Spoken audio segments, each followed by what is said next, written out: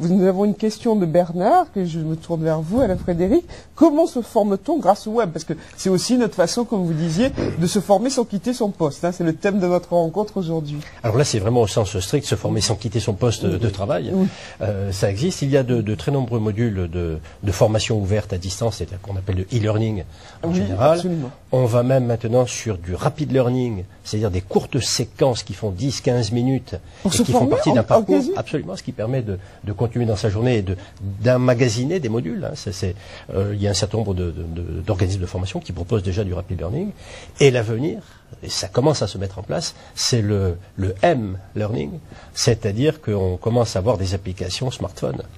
Pour se former sur son smartphone. Bien sûr, pour avoir accès à des informations, pour se former sur des modules, etc. Alors, se former dans le métro aussi. Par exemple, pourquoi pas. Si on a un long parcours de train ou de RER, pour se former aussi.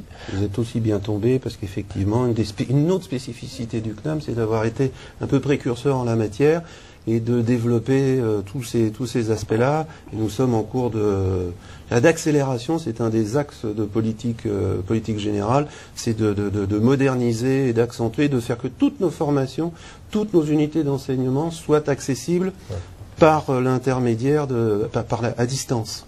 Et sous deux formes. Aujourd'hui, on a deux formes. On a une forme qui est totalement à distance, qu'on veut développer pour aller vers l'université virtuelle.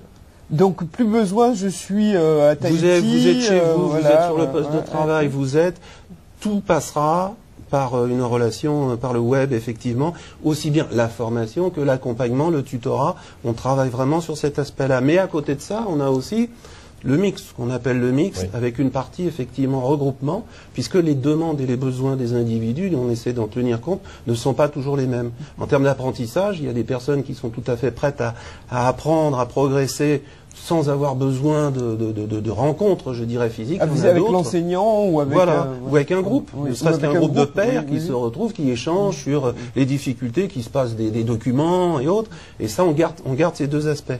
Voilà. Parce que toujours pour répondre au plus près aux besoins des uns et des autres. Mais aujourd'hui, on a à peu près, je dirais, 40% de nos unités d'enseignement qui sont totalement à distance.